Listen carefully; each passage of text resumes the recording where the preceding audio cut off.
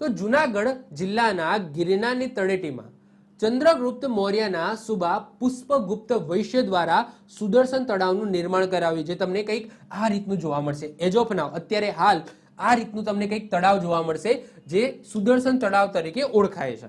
આ સુદર્શન તળાવ કોને બંધાવ્યું હતું? તો ચંદ્રગુપ્ત મૌર્ય, એટલે કે મૌર્ય વંશમાં જે ચંદ્રગુપ્ત મૌર્ય થઈ ગયા એમનો સુબો હતો. સુબો કોણ હતો? પુષ્પગુપ્ત વૈશ્ય. અને આ પુષ્પગુપ્ત વૈશ્ય દ્વારા આ સુદર્શન તળાવ બંધાવવામાં આવ્યું હતું. હવે સુદર્શન તળાવ કેમ બંધાવવામાં આવ્યું હતું? તો એમનો એવો ખ્યાલ હતો કે જ્યારે વરસાદનું પાણી અંદર ભેગું થશે કે નદીનું પાણી આની અંદર ભેગું થશે તો એમાંથી આપણે શું કરીશું? તો બંધ બાંધીશું. મતલબ કે એમાં મેન એમનો ખ્યાલ એવો હતો કે આ જગ્યાએ આપણે પાણીનો સંગ્રહ કરવો અને જ્યારે જરૂરિયાત જણાય ત્યારે એમાંથી નહેરો કાઢીને આજુબાજુ જ્યાં પાણી નથી મળતું એ જગ્યાએ પાણી પહોંચાડવું.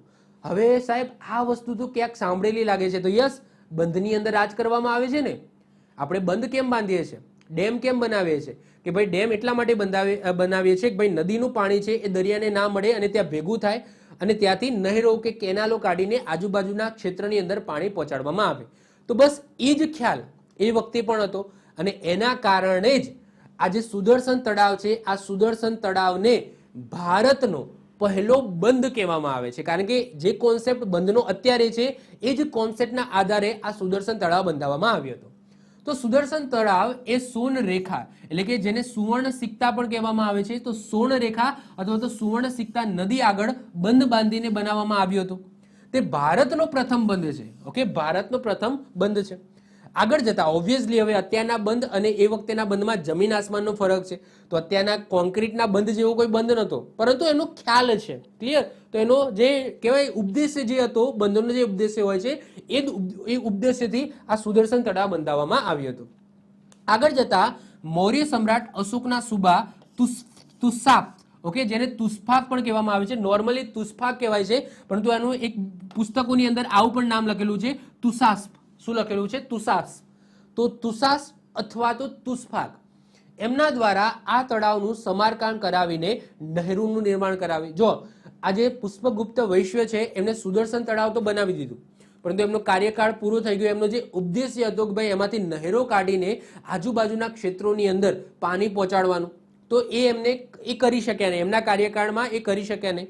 તો એના પછી જ્યારે મૌર્ય સમ્રાટ અશોક આવ્યા તો એ મૌર્ય સમ્રાટ અશોકના સમયમાં એમનો જો સુબો હતો જેનું નામ હતું તુષ્ફાક અથવા તો તુષાસ, તો એમના દ્વારા આ તળાવનું જે સમારકામ છે એ થોડું કરાવ્યું અને સમારકામ કરાવીને એમાંથી નહેરોનું નિર્માણ કરાવ્યું અને આ સરોવરની પાળે 14 ધર્મ શાસનો કોતરાવ્યા.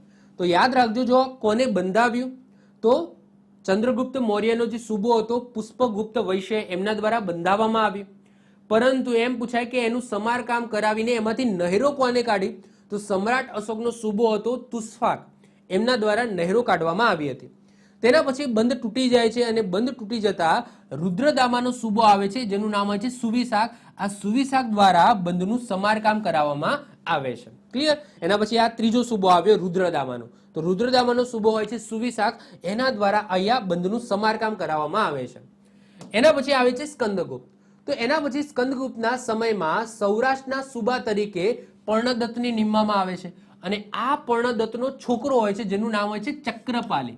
અને આ ચક્રપાલી દ્વારા આ તળાવનું ફરી વખત સમારકામ કરાવવામાં આવે છે સ્વયં ખર્ચ, એટલે કે પોતે ખર્ચો કરે છે અને તેની ફરતે ચક્રધારી વિષ્ણુના મંદિર બંધાવ્યા. કોને બંધાવ્યા? ચક્રપાલીએ. સુબો કોણ હોય છે? પર્ણદત્ત. અને પર્ણદત્તનો પુત્ર હોય છે ચક્રપાલી અને એ સમયે રાજા કોણ હોય છે? તો સ્કંદગુપ્ત.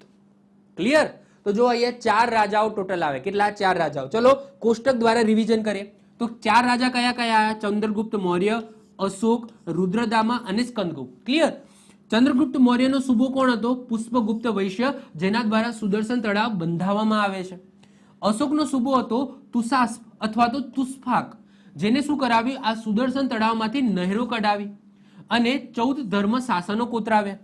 એના પછી ફરીથી એ બંધ તૂટી જાય છે, જેને રુદ્રદામાનો સુબો હોય છે સુવિશાક, જેના દ્વારા શું કરવામાં આવે છે? સમારકામ કરાવવામાં આવે છે. અને એના પછી સ્કંદગુપ્ત, એનો સુબો કોણ હોય છે? તો જો સ્કંદગુપ્તનો સુબો હોય છે પર્ણદત્ત અને આ પર્ણદત્તનો પુત્ર હોય છે ચક્રપાલી, એટલા માટે એ ચક્રપાલી લખ્યું છે.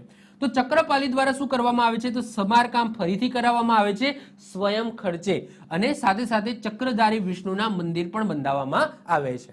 તો સુદર્શન તળાવ વિશે જો તમારે વાત કરવી હોય તો આ જે કોષ્ટક છે એટલું યાદ રાખવાનું. આગળની થિયરી કંઈ યાદ ન રાખવી હોય તો જસ્ટ આ કોષ્ટકની અંદર જે મેં અહીંયા લખેલું છે આટલી વસ્તુ ખાસ યાદ રાખજો. કોનો કયો સૂબો હતો અને એ સૂબા દ્વારા શું કામ કરાવવામાં આવે છે સુદર્શન તળાવ ઉપર. ક્લિયર? તો આટલી વસ્તુ તમારે ખાસ યાદ રાખવાની છે. આવી જ રીતના ઓછા સમયની અંદર મહત્વપૂર્ણ નોલેજ મેળવવા માટે અને મને સપોર્ટ કરવા માટે આજે જ આપણી યુટ્યુબ ચેનલ ટીચિંગ કિશન ક્લિપને સબસ્ક્રાઇબ કરો.